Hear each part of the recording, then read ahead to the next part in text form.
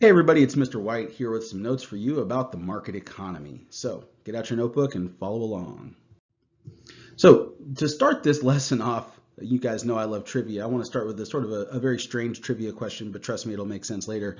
How can you get a hen to lay more eggs? Think about that. Now, you may not know the answer to this one unless, of course, you're in FFA, but stay tuned because I will reveal the answer throughout these notes. All right, so let's start off with the most fundamental question here, guys. What is a market economy? Now, whenever we say market, and I'm sure you've heard this term before because we've all heard of like a supermarket or the stock market, a market just means a place where many buyers and sellers can freely exchange goods and services. Now, pay attention to this word free. You're going to see that a lot through this lecture.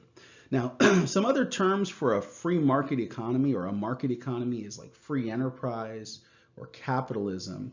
These are terms that I'm sure you've heard before, and I just want you to know going forward that what we're talking about here is the same thing as free enterprise or the same thing as capitalism. All these terms are interchangeable, and depending on who's talking to you, they may use these terms interchangeably, so just be prepared for that.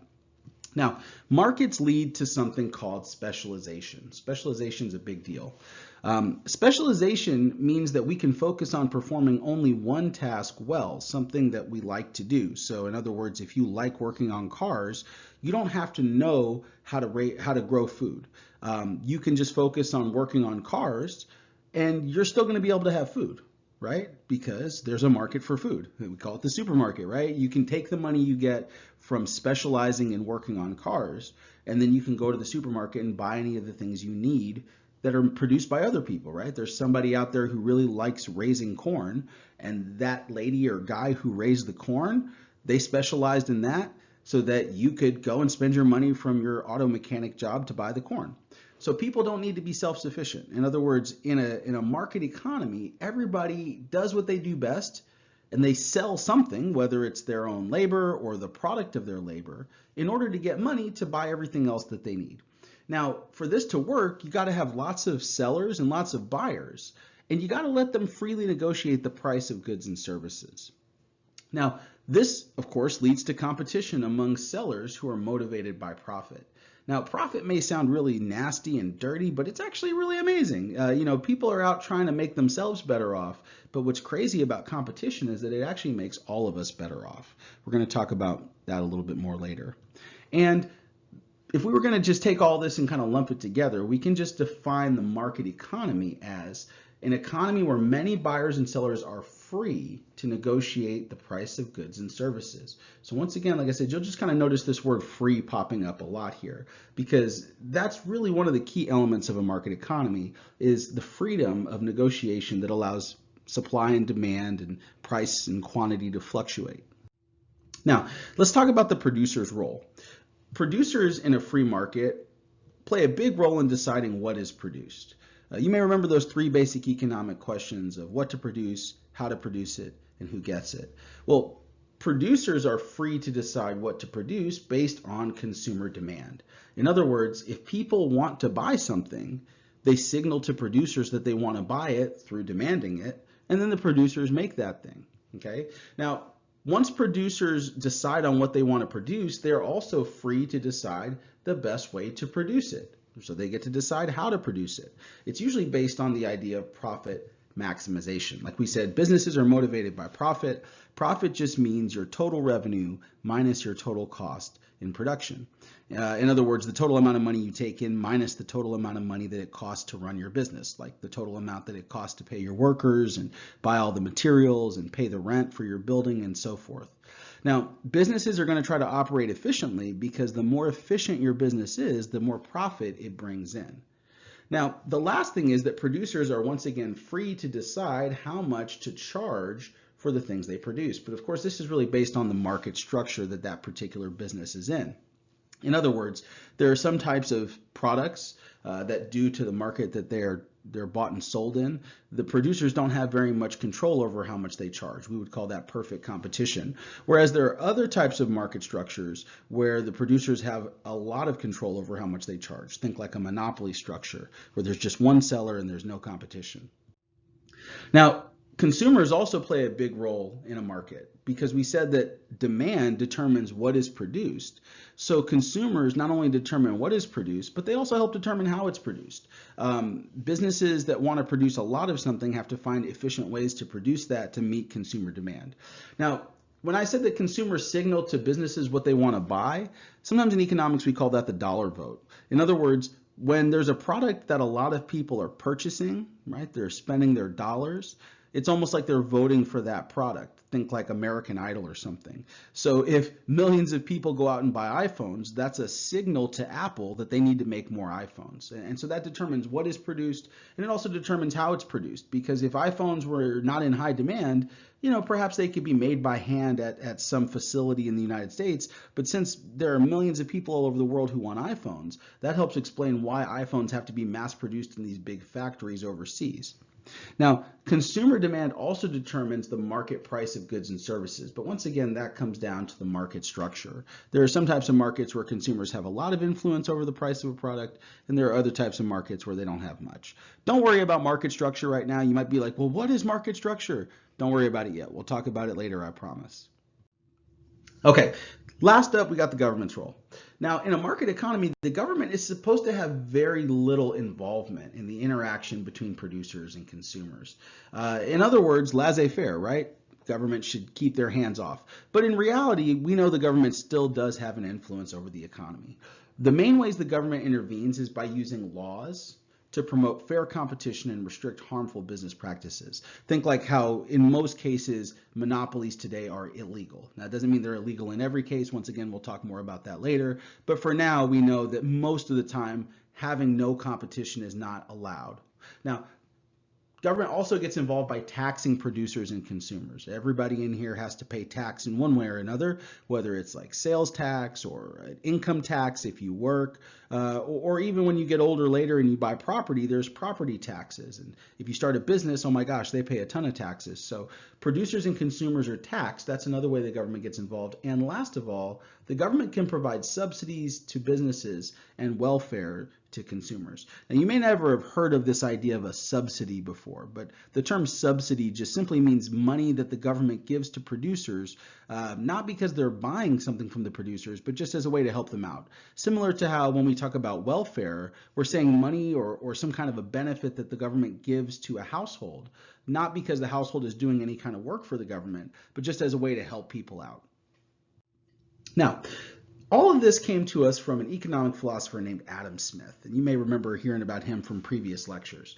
He was a Scottish economist who lived back in the 18th century, and he's considered to be the father of capitalism. So whenever you hear the name Adam Smith from here on out, I want you to think capitalism, okay? Now, he wrote a very influential book called An Inquiry into the Nature and Causes of the Wealth of Nations. Most of the time, though, if you just say the wealth of nations, people will know what you're talking about. His book is better known as The Wealth of Nations. And he wrote that in 1776, same year as the Declaration of Independence. Now, the main idea was that the wealthiest nations in the world have a decentralized economic system with a high degree of specialization and trade. So in other words, what Adam Smith was trying to do with his book was to determine why rich countries are rich and why poor countries are poor. And basically, he just said the rich countries are the ones that are guided by something called the invisible hand. Now, the invisible hand is not some new Marvel superhero. The invisible hand simply means that businesses and producers and consumers essentially are guided by their own individual motivations. In other words, businesses produce not because they like to produce things for us, but because they like to make money for us. And by following the dollar vote and trying to produce in a way that maximizes profits, it leads to greater efficiency, and greater efficiency means more stuff. So what's kind of interesting is that greed, I guess you could say, actually benefits society, because when everybody's looking out for themselves, they're going to use resources in a way that makes everybody in the society better off. So he said that instead of the hand of the king guiding the economy, you could actually just have this invisible hand of people's self-motivation that can guide the economy. So basically, markets are more efficient and create greater wealth than centrally planned economies. So, like the big case study he was looking at is, why is it that Spain has the most colonies, but they're not the richest country in Europe?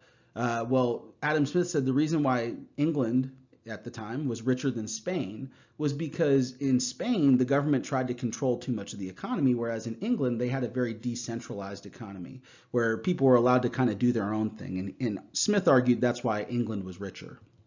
So markets that are driven by self-interest, ironically, create the most benefit to society.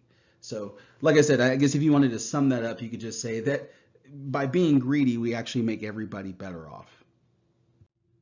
Now, why are markets so efficient? Well, markets are the best at allocating resources to things that people value the most, right? We said that demand tells producers what to produce and what not to produce. Profit motivates producers to innovate, meaning come up with new stuff, and keep down their costs. And this ends up to using resources more efficiently. So markets actually allow people to do what they do best and just trade for the rest.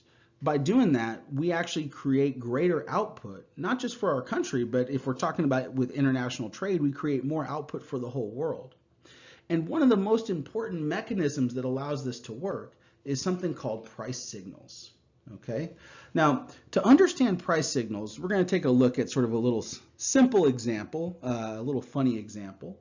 It's kind of related to our trivia question. So let's check out the example on the next page so you can understand what I mean by price signals and why price signals are so important in a market economy. Now, suppose that you're the energy czar of a small country. Just in case you're like, what the hell, energy czar? Okay, energy czar just means like you're a government official who's in charge of deciding how much energy costs. So like how much is the cost of oil or natural gas or electricity, okay? And you get to decide who gets it. So the country has a limited supply of natural gas, and it's part of your job to decide how much natural gas is available to all the businesses and households in the country. The largest purchasers of natural gas in your country are chicken farmers and steel mills, okay? So we were really going between these two. Now, your country's supply of natural gas is 20 cubic feet per day. Traditionally, the steel mill uses 10 cubic feet, and the chicken farmers also use 10 cubic feet per day. Unfortunately, an earthquake has disrupted the supply of natural gas, and now the total supply to your whole country is only 10 cubic feet per day. So here's a big question, guys. How much gas should you allocate to the steel mills, and how much should be allocated to the chicken farmers? If you need to, pause the video right here for a second. Think about this. How much should we give to the chicken farmers, and how much should we give to the steel mills? Well, the answer might surprise you. Give all the natural gas to the steel mills. Don't give any to the chicken farmers. What? Why? Well, the reason why is because you actually can't produce steel without natural gas, but chicken farmers can actually still operate just fine without any natural gas. Now, you might say, well, how do you know that, Mr. White? Well, the reason is actually the answer to our trivia question. I told you I'd reveal the answer 13 minutes in. Okay, how do you get a hen to lay more eggs? Well, there's two ways. You can either turn up the heat or you can feed them more. Now, the reason why the chicken farmers need that natural gas is because the heaters that they use in the chicken coops are powered by natural gas. But if you take away all their natural gas, the farmers can just use the money they would have paid for natural gas and buy more chicken feed, and they could still end up with the same amount of eggs, right? So take away all the natural gas from the chicken farmers, they can just buy more chicken feed, keep on producing the same amount of eggs, no problem. Now, you're going to say, wait a minute, Mr. White, come on, unless I'm in the FFA or if I grew up on a farm or something, how am I supposed to know that? Well, here's the thing. That was a bit of a trick question. I apologize. It would be impossible to get this right unless you had detailed knowledge of not only chicken production and chicken farming, but also steel production. Or unless one of your friends was in one of my classes earlier today and already told you the answer. Okay, I know that might be the case. But guys, that's the point. Nobody has enough knowledge of every detail of every industry to get this job right. In other words, when the government, even led by the smartest person, tries to decide what is produced and how it's produced and how much to charge for it, they inevitably are going to make mistakes. And those mistakes can be devastating to an economy. I mean, just look at the Soviet Union, right? So how else could we solve a complicated problem like deciding who gets it and how much it costs and how to produce things? Oh, do I hear market? That's right, a free market for natural gas. If we had a free market for natural gas, what do you think would naturally happen to the price of natural gas after the earthquake? Yeah, if you said get more expensive, the price would increase. Yes, it would get more expensive. Just think, if there's less of something, it usually becomes more valuable. So it's going to be more expensive. Now, the increased price of natural gas would very quickly communicate to everyone that it has become more scarce and that it needs to be carefully allocated to only the most essential uses. So in other words, if we had a free market, the price of natural gas would just go way up. Now, the steel mill is going to still buy it because they can't produce steel without it. They're just going to have to eat that extra cost. But the chicken farmers are going to naturally just gravitate away from buying the natural gas because it's so expensive. And they'll say, you know what, it's actually cheaper just to let the chickens get a little cold, but feed them more, and we can still produce just as many eggs. So all of this brilliant realization came to us from an economist named Friedrich Hayek. You may remember hearing about him from some previous lectures too. He was an Austrian mathematician, statistician, and economist, and he actually won a Nobel Prize for economics in 1974. Now, he developed many important economic ideas, and the most important idea from Hayek is the idea that the price system is one of the most important and beneficial features of a market economy. Okay, no, so this whole idea of the price system is what we were just talking about. The price system makes effective use of information that is not widely available to all market participants. So the key here is that prices convey information. Prices tell us when we need to be careful about using something because it's really scarce, or when we can just use something to our heart's content because it's really cheap. Just think like surgical masks before COVID-19. Those little blue disposable surgical masks were like 10 cents a piece before COVID-19. But at the height of the pandemic, you could buy one of those tiny little disposable masks for like $5 or $10. So talk about price inflation. Well, why did the price go up? Well, the price went up because those masks were in short supply. And by charging $10 for one of those masks, you're telling everybody, hey, slow down. These are no longer just little cheap commodities. These are precious resources that are in short supply that we need to take care of. So whenever we override free market prices by having the government decide how much something costs, information is discarded. Okay, that's really the most important thing here. We're just getting rid of that information that could naturally be conveyed by prices. And when information is discarded, resources are wasted, and the prosperity of society will ultimately suffer. So Hayek could basically point out why the Soviet Union fell apart. Well, they fell apart because they didn't have a price system that reflected the true scarcity of resources, and eventually that caught up with them. So this brings us to the benefits of a market economy, the reason why almost every country in the world today uses a market economy. A market economy benefits mostly from competition between firms, and this results in lower prices for consumers, a greater variety of products and services for consumers to choose from, and of course, better quality of products for consumers to buy. All of these reasons are really great arguments for why you would want to have a market economy. You also get more innovations. And in case you forgot what this word means, guys, innovations means new technology or new developments. So in other words, we create new things in market economies at a much faster rate than what you might see in other types of economies, like a command economy, or even like a really, really tightly controlled socialist system. Now, generally, more goods equates to a higher standard of living for the people in an economy. In other words, if we can produce more food and more clothing and more entertainment, people are going to have happier lives. Okay, now you may say, oh, Mr. White, money can't buy happiness. Well, I think Ariana Grande said, anyone who says money can't solve problems must not have had enough money to solve them. Okay, of course, I'm just kidding here, but you get what I'm saying here. Having more food, more medicine, more clothing, more shelter generally makes you better off. And this is only possible if you efficiently allocate resources. And remember, we said a market just works out to be the most efficient way to use our resources. Now, the last thing here that's really great about most market economies is they allow a degree of social mobility, which means you can go from rags to riches. So in other words, even if you're born poor in a market economy, there are ways that you can go from poor to rich. You just got to work hard and have a little bit of luck on your side. Now, of course, market economies aren't all perfect. There are some downsides or some opportunity costs of having a market economy. Okay. Now, one of the biggest downsides is that even though social mobility may exist, it could be limited by income inequality that's really, really entrenched. In other words, there are some societies where people are so unequal that even if you work your butt off, you may never ever get to that upper level of social status. And sometimes the spread is so great that it's just almost unthinkable for a regular person to bridge that gap and make it from poor to rich. Okay. Now, of course, even though market economies are super efficient, they're not inherently equitable. Okay. What I mean by that is that efficiency just means using your resources in the best way possible with no waste.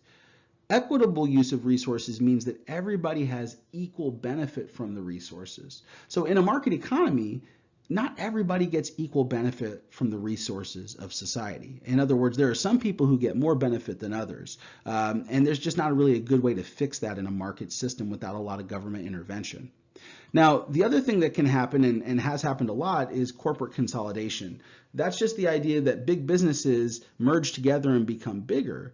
And even though they don't become a monopoly, if you have a situation where there's only 2 or 3 companies competing against each other, there's going to be higher prices, less innovation, and generally less welfare delivered to society through the benefits of competition. And the last thing, of course, you can see from the picture is the idea of environmental destruction. Market economies traditionally are not really great at taking care of the environment, even though they're very efficient at using resources. You know, efficient use of resources should not be confused with the same thing as environmentally friendly use of resources. All right, guys, well, that is it for our lecture today. If you have any questions, of course, hit me up via email, and I'll see you next time.